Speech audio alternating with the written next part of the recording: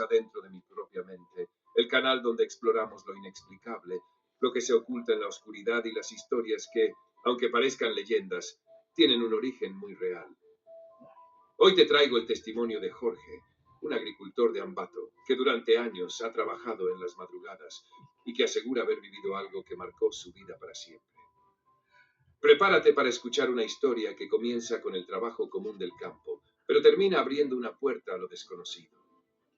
Porque a veces, cuando todo parece en calma, es cuando más cerca están las cosas que no queremos ver. Jorge es agricultor en Ambato.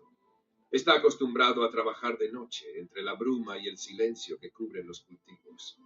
Sin embargo, hay noches que no se olvidan. No por el trabajo, sino por lo que aparece cuando nadie más está mirando.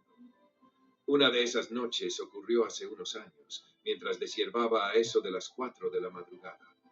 Notó que uno de los brazos del cultivador se movía solo.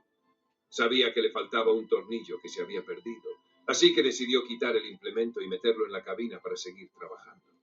Era una noche templada de mayo, inusualmente cálida, con la luna llena colgando sobre los cerros. La luz plateada bañaba el campo y el olor a tierra mojada se mezclaba con el rocío de las hojas.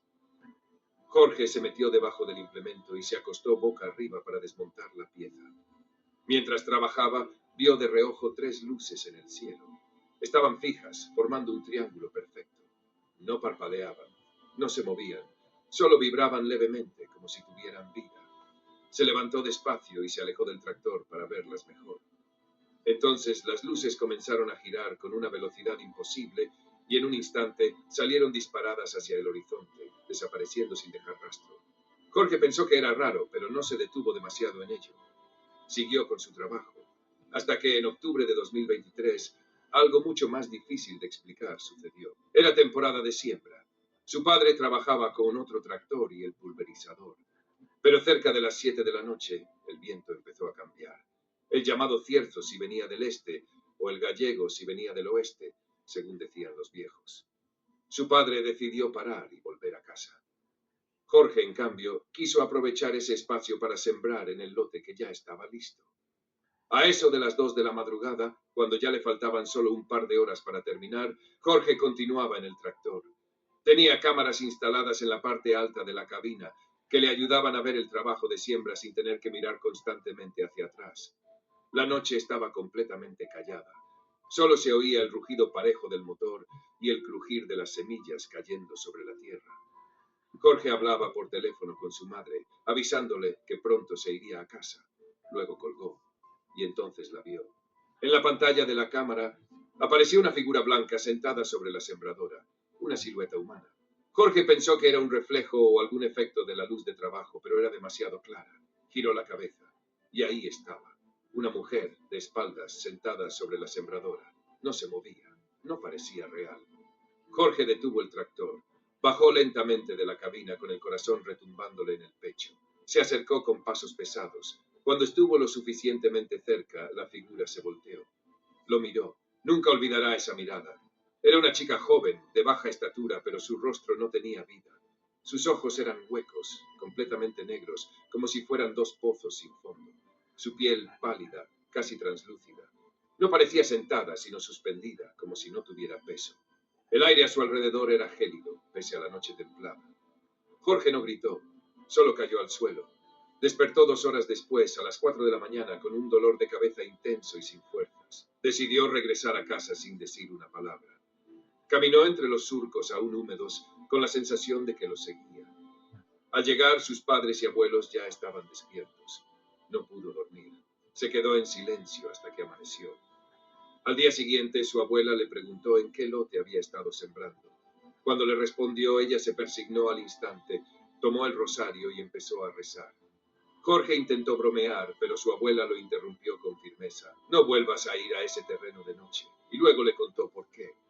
Muchos años atrás, en ese mismo sitio, existía una pequeña aldea. Ella la conoció cuando era niña. Solo quedaban unos pocos ancianos, hasta que la última familia se fue. El caserío fue demolido y convertido en terrenos agrícolas. Su padre, el bisabuelo de Jorge, había contado una historia terrible. Cuando él era joven, un forastero que llegó a trabajar en la zona abusó de una muchacha del pueblo.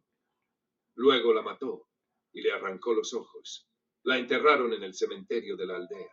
Desde entonces decían que el espíritu de la joven se aparecía algunas noches para asustar a quienes trabajaban solos en el campo. Algunos agricultores la habían visto. Una vez un muchacho apareció desmayado cerca del río, con la boca torcida y los ojos blancos. Su cuello estaba roto por la caída, pero su expresión era como la de un condenado. Durante años, nadie volvió a sembrar en ese lote por la noche. Jorge, aún con dudas, prefirió pensar que su abuela era demasiado supersticiosa. Pero unos meses después, en la parte alta del terreno, empezó a brotar agua de la tierra.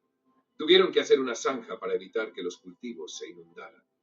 Cuando la excavadora comenzó a remover la tierra, ocurrió lo impensable. Aparecieron huesos, muchos, esqueletos fragmentados, cráneos con marcas antiguas, restos enterrados en una línea que coincidía exactamente con el lugar donde Jorge se había desmayado. Era como si la tierra misma se negara a seguir guardando ese secreto. Desde aquel momento, Jorge no ha vuelto a trabajar de noche en esa zona. La historia corrió entre los vecinos, y aunque algunos siguen sin creer, otros han preferido nunca comprobarlo por sí mismos. Quizás no todo lo que se entierra permanece dormido. Tal vez, cuando las noches se vuelven demasiado silenciosas, lo que duerme bajo tierra comienza a recordar y a buscar.